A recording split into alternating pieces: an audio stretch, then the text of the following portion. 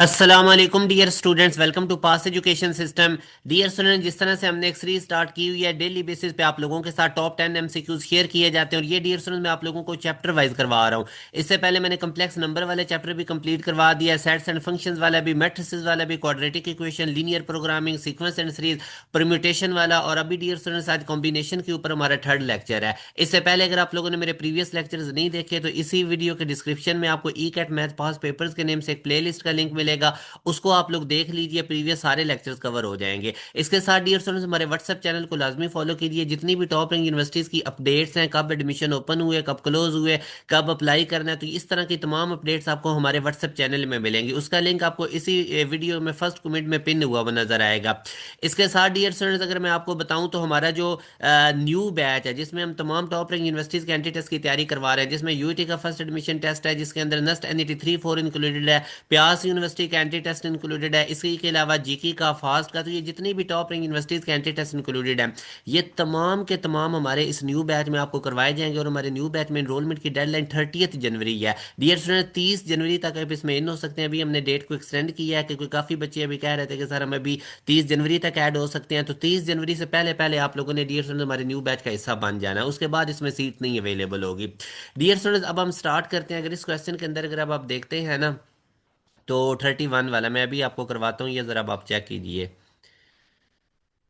इसमें अब dear students वो हमें क्या बता रहा है, क्वेश्चन में वो बता रहा है कि हमारे पास 5 कंपटीटर्स हैं फॉर हाई जंप के लिए। ठीक है, 5 कंपटीटर्स हैं, उनको हाई जंप के लिए 8 के लिए है 100 मीटर रेस के लिए। ठीक है, 8 हमारे पास है 100 मीटर रेस के लिए और 7 है स्लो साइकिलिंग के लिए। तो अब इसके अगर आप dear in how many different ways can the prizes be awarded, तो इनके दरमियान प्राइजेस के कितने वेज हो सकते हैं।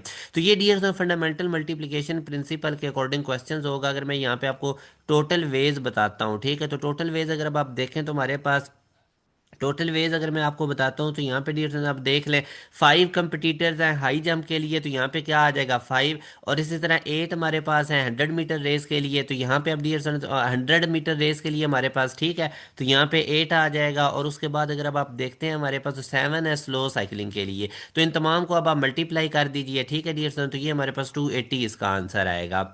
जो हमारे पास इसका आंसर आएगा वो क्या आएगा 280, जो कि किस में मौजूद है, बीटा ऑप्शन में मौजूद है। आगे अब डियर स्टूडेंट मैं अगर अब आपको बताता हूँ ना 22 वाले में, इसमें वो बताता है कि अ जेंटलमैन है 6 स्पेयर रूम्स फॉर गेस्ट। एक जेंटलमैन है, उसके पास 6 स्पेयर रूम्स हैं गेस्ट के लिए। इन how many ways can he accommodate 3 guest each in separate room. तो ये बेसिकली डियर स्टूडेंट जो क्वेश्चन है ना, अब ये हमारे पास परम्यूटेशन का क्वेश्चन है। ये परम्यूटेशन का क्वेश्चन है जिसमें हमने मतलब 3 गेस्ट जो हैं उनको स्टे करवाना है। ठीक है, और ये परम्यूटेशन का क्वेश्चन है। यहाँ से अब अगर आप टोटल वेज इसके निकालते हैं ना, अब ये मैंने इसके अंदर जानबूझ के परम्यूटेशन का रखा है ताकि आपको पता चल जाए कि जहाँ पर हमने अरेंजमेंट करनी होती है तो वो बेसिकली परम्यूटेशन होता है। एन पी आर, तो एन आपके पास कितने हैं, 6 पेयर रूम्स है और उनमें रूम्स कितने गेस्ट अकोमोडेट करने हैं, 3। तो ये डियर स्टूडेंट्स हमारे पास हो जाएगा। अगर अब आप देखें तो 6p3। तो यहाँ से अब इसको आप सॉल्व कर लीजिए और इसका आंसर निकाल लीजिए। अब 6 के नीचे 3 है ना, तो 6 को नीचे 3 डिजिट्स तक आप मल्टीप्लाई कर दें, ये इसका शॉर्टकट होता है। ठीक है, 6 5 4 करेंगे तो ये 120 आ जाएगा। तो डियर स्टूडेंट्स, ये आप लोगों को जैसे कि मैंने बताया था कि जिस तरह 6p3 या नीचे 3 डिजिट्स थे ना, तो 6 ऊपर 3 डिजिट्स की मल्टीप्लिकेशन कर दें, 6 5 4। जिस तरह मैंने आपको कॉम्बिनेशन में भी शॉर्टकट बताया, अदरवाइज आप डायरेक्ट वो फार्मूला भी लगा सकते हैं। मैं इधर लिख देता हूँ ताकि कंफ्यूज ना हो। एन पी आर हमारे पास किसके इक्वल होता है, N factorial over N minus R factorial. ठीक है, ये वाला, इसको भी आप लोग नोट रख सकते हैं। अच्छा, अब आगे डियर स्टूडेंट अगर मैं आप लोगों के सामने रखता हूँ तो यहाँ से अब आप देख सकते हैं, there are 10 balls of different colours. हमारे पास 10 बॉल्स हैं डिफरेंट कलर्स के। In how many ways can one select 7 of them to include the red ball. In how many ways can one select 7 of them to include the red ball. Red ball जो है वो अंदर include होना चाहिए।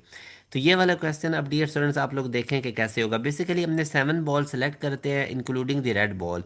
तो first हम red ball को select कर लेते हैं, ठीक है, उसके बाद फिर हम 6 चूज करते हैं। तो बेसिकली एक बॉल तो हमने करना ही करना है। टोटल 10 थे ना, तो अब 10 में से एक तो हमने करना ही करना है रेड, उसको हम पहली साइड पे कर लेते हैं, पीछे 9 बचे। अब 9 में से डियर स्टूडेंट्स हमने 6, अब 9 में से हमने 6 सेलेक्ट करने हैं, क्योंकि एक तो रेड हो गया ना। तो 9 से 6 आप लोग डियर स्टूडेंट्स कर लीजिए सॉल्व। तो ये अब कॉम्बिनेशन है, क्योंकि बेसिकली आप लोगों ने सिलेक्शन करनी है। सिलेक्शन बेसिकली हमारे पास कॉम्बिनेशन होता है। ठीक है, तो ये हमारे पास क्या आ जाएगा, 9 डियर स्टूडेंट्स आ जाएगा। ठीक है, इसको अब आप लोग कर लेंगे आगे। ठीक है, ये ऊपर आ जाएगा 9 फैक्टोरियल, नीचे आ जाएगा 6 फैक्टोरियल इंटू 9 - 6 करेंगे तो ये 3 फैक्टोरियल आ जाएगा। तो यहाँ से हम इसको ऐसे भी लिख सकता हूँ 9 8 7 6 फैक्टोरियल, और नीचे भी हमारे पास क्या आ जाएगा 6 फैक्टोरियल, इधर क्या आ जाएगा 3 फैक्टोरियल। 6 फैक्टोरियल से कट जाएगा। बहरहाल आप लोग इसकी कटिंग कर लीजिएगा, इसको सॉल्व कीजिएगा तो आपके पास जो फाइनल आंसर है वो 84 आएगा, जो कि बीटा ऑप्शन में मौजूद है। उसके बाद अब अगर अब आप देखते हैं ना, there are 10 balls of different colours, in how many ways can one select 7 of them as to exclude the white and black ball.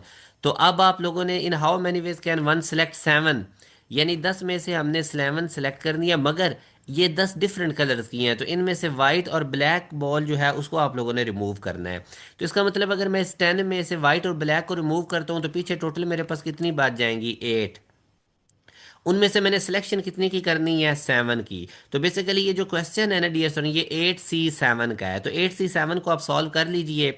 तो इसको डियर स्टूडेंट्स अब आप लोग सॉल्व कर लीजिए, तो आप लोगों के पास इसका आंसर आ जाएगा। ठीक है, जैसे ऊपर आ जाएगा 8 फैक्टोरियल, नीचे आ जाएगा 7 फैक्टोरियल, इंटू 8 - 7 में करूंगा तो वो मेरे पास क्या आ जाएगा 1 फैक्टोरियल। तो इसको मैं लिख सकता हूँ 8 × 7 फैक्टोरियल, नीचे भी 7 फैक्टोरियल, ये आपस में कट के जो फाइनल आंसर आएगा वो 8 आएगा। ठीक है, जो फाइनल आंसर आएगा वो कितना आ जाएगा हमारे पास 8। उसके बाद अब आगे मैं डियर स्टूडेंट्स अगर मूव करता हूं तो 25 वाले क्वेश्चन में अब आप देखें। 25 वाला क्वेश्चन, ठीक है, इसमें अब आप इसको जरा चेक कीजिए। इसमें वो हमें बता रहा है कि there are 10 competitors in a race for 3 prizes इन।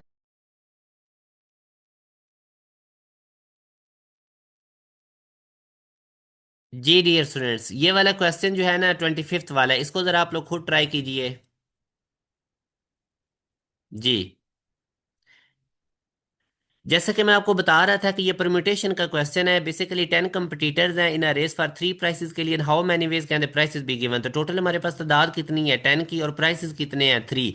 तो बेसिकली ये अरेंजमेंट का क्वेश्चन है, NPR आप यूज़ करेंगे तो 10P3। तो ये इसका अब अगर अब आप देखेंगे ना तो ऊपर आ जाएगा 10 फैक्टोरियल और नीचे आ जाएगा 10 - 3 जो कि 7 फैक्टोरियल है। इसको आप डियर स्टूडेंट्स हम सॉल्व कर लेते हैं। ठीक है, तो ये आ जाएगा ये डियर स्टूडेंट्स हमारे पास आ जाएगा 10। इसको अब यहाँ से ज़रा आप चेक कर लीजिए। तो यहाँ से हमारे पास आ जाएगा 10 9 8 7 फैक्टोरियल, और नीचे भी क्या है 7 फैक्टोरियल, ये आपस में कट जाएंगे। तो जो फाइनल हमारे पास आंसर आएगा वो 720 है। तो यहाँ से हमारे पास ई इसका राइट आंसर है। ठीक है डियर स्टूडेंट्स, ये हो गया क्लियर आप। ई हमारे पास क्या है इसका राइट आंसर। उसके बाद अब हम नेक्स्ट देखते हैं आगे। वो हमें कहता है कि नेगेटिव नंबर का फैक्टोरियल। तो याद रखिए डियर, तो जो नेगेटिव नंबर होते हैं उनका फैक्टोरियल डिफाइन नहीं होता, पॉजिटिव नंबर का फैक्टोरियल होता है। ये भी आप लोग याद रखें। उसके बाद एक प्रॉपर्टी होती है, इसको याद रखिएगा, NC x = NC y। ये तब इक्वल होंगे जब n हमारे पास x + y के इक्वल होगा। ठीक है, ये याद रखें। अब इसी बेस पे अगले दो क्वेश्चंस हो जाएंगे ये। अब इसमें अगर अब आप देखेंगे ना, तुम्हारे पास जो NC11 है वो इक्वल है हमारे पास NC9 के। तो यहाँ से जो n है हमारे पास वो किसके इक्वल आ जाएगा 11 + 9, और इसका आंसर कितना आ जाएगा 20, जो कि हमारे पास डेल्टा ऑप्शन में मौजूद है। आगे अब अगर डियर स्टूडेंट्स अब आप देखते हैं ना, तो हमारे पास ये लिखा हुआ है NC5 इक्वल है NC7 के। तो हमने n की वैल्यू बतानी है। तो यहाँ से भी डियर स्टूडेंट्स अगर अब आप देखते हैं ना, तो वही ऊपर वाली प्रॉपर्टी जो मैंने बताया था कि अगर NC x इक्वल होगा NC y के, तो यहाँ से हमारे पास जो n है वो किसके इक्वल होगा x + y के। तो अगेन वही बात, मैं n किस तरह इक्वल होगा, यहाँ से 5 + 7 कर लें तो ये हमारे पास कितना आ जाएगा 12। तो जो कि हमारे पास डेल्टा ऑप्शन में मौजूद है। उसके बाद अब आगे नेक्स्ट अगर अब आप देखते हैं ना ये वाला क्वेश्चन, इसमें अब वो हमें बता रहा है कि 15C11 प्लस 15C10 ये किसके इक्वल है। तो यहाँ से मेरे बेटे एक प्रॉपर्टी याद रखिएगा NCR। ठीक है, हमारे पास यानी कि ये वाला क्वेश्चन अब डियर स्टूडेंट्स आप लोग ज़रा ट्राई करें। ये वाला क्वेश्चन आप लोग एक दफ़ा खुद ट्राई करें। अब डियर स्टूडेंट इस तरह का जो क्वेश्चन होता है ना, वहाँ पे हम पास्कल आइडेंटिटी यूज़ करते हैं। पास्कल आइडेंटिटी हमारे पास क्या है, जैसे ये NCR और यहाँ पे NCR+1 मैं कह देता हूँ या R-1 कह लेता हूँ। ठीक है, यानी ऊपर पावर n, ऊपर n जो सेम होगा और नीचे R कंजेक्टिव होगा, सिलेक्शन कंजेक्टिव होगी। जैसे अब इधर देखें N 15 15 है, आर हमारे पास 11 है, और ये R-1 है, मतलब कंजेक्टिव होगी 11 के बाद 10। तो ये हमारे पास इक्वल होता है n+1, n में एक इजाफा कर देना, और जो r बड़े वाला होगा वो हमने इसमें से यूज़ करना है। ठीक है, तो यहाँ से अब आप देखिएगा, अगर मैं इस क्वेश्चन के ऊपर ये प्रॉपर्टी अप्लाई करता हूँ तो एन हमारे पास 15, तो उसको मैं एक बढ़ा के 16 कर देता हूँ, और आर मेरे पास बड़े वाला क्या था 11, तो 16 C 11 हमारे पास है कि जो कि अल्फा ऑप्शन में मौजूद है। ठीक है डियर स्टूडेंट, ये हो गया क्वेश्चन क्लियर। अच्छा, उसके बाद अब आगे मैं डियर स्टूडेंट्स आप लोगों को ये वाला क्वेश्चन करवाता हूँ, मगर इससे पहले आप लोग इसको एक दफ़ा पहले खुद ट्राई कीजिए। अब बेटा इस क्वेश्चन के अंदर अगर अब आप देखते हैं ना, तो वो कहता है कि 5 मैन है हमारे पास, 6 वुमेन है ऑर्गेनाइजेशन में, ठीक है। और उस वो कहता है कि आप लोगों ने कमेटी बनानी है 4 पीपल की। How many ways can a committee are form so that it will consist of only entirely man, man नहीं होने चाहिए। तो ये तो अब बिल्कुल सिंपल है। टोटल अगर अब आप देखें तो आपके पास मैन कितने हैं 5, उनमें से आप सारे के सारे मैन नहीं चूज कर लें। 4 पीपल की कमेटी बनानी है तो 5 मैन में से जो 4 मैन है वो चूज कर लें, ठीक है। To form a committee of 4 people consisting entirely of men, we choose 4 men out of 5 men। तो टोटल वेज कितने हो जाएंगे, इसको अब आप कैलकुलेट कर लीजिए। ऊपर आ जाएगा 5 फैक्टोरियल, नीचे आ जाएगा 4 फैक्टोरियल इंटू 1 फैक्टोरियल, तो ये बन जाएगा 5 इंटू 4 फैक्टोरियल, नीचे 4 फैक्टोरियल। तो इसका आंसर हमारे पास 5 आ जाएगा, ठीक है। तो वो अगर अब आप देखेंगे तो अल्फा ऑप्शन में मौजूद है। तो ये डियर स्टूडेंट्स हमारे आज 30 क्वेश्चन कंप्लीट हो जाते हैं। डियर स्टूडेंट्स हमारा जो न्यू बैच है इसको लाजमी ज्वाइन कीजिए। ये सिंपल टॉप 10 से तैयारी नहीं होती, प्रॉपर वे से तैयारी के लिए तमाम सब्जेक्ट्स के तमाम लेक्चर्स की, उसके बाद उनकी वर्कशीट्स की, टेस्टों की, मॉक टेस्ट की, तब जाके सिलेक्शन होती है। तो इसके लिए हमारा न्यू बैच अभी स्टार्ट हुआ है 30 जनवरी, उसमें डेडलाइन है। एनरोलमेंट की पूरी कोशिश करें, आज ही हमारे बैच का हिस्सा बन जाइए। ये हमारा ऑफिशियल व्हाट्सअप नंबर है 0304066600। इस पर व्हाट्सअप करके आप हमारे न्यू बैच का हिस्सा बन सकते हैं। अपना ख्याल रखिएगा डियर स्टूडेंट्स, दुआओं में याद रखिएगा। अल्लाह हाफिज़।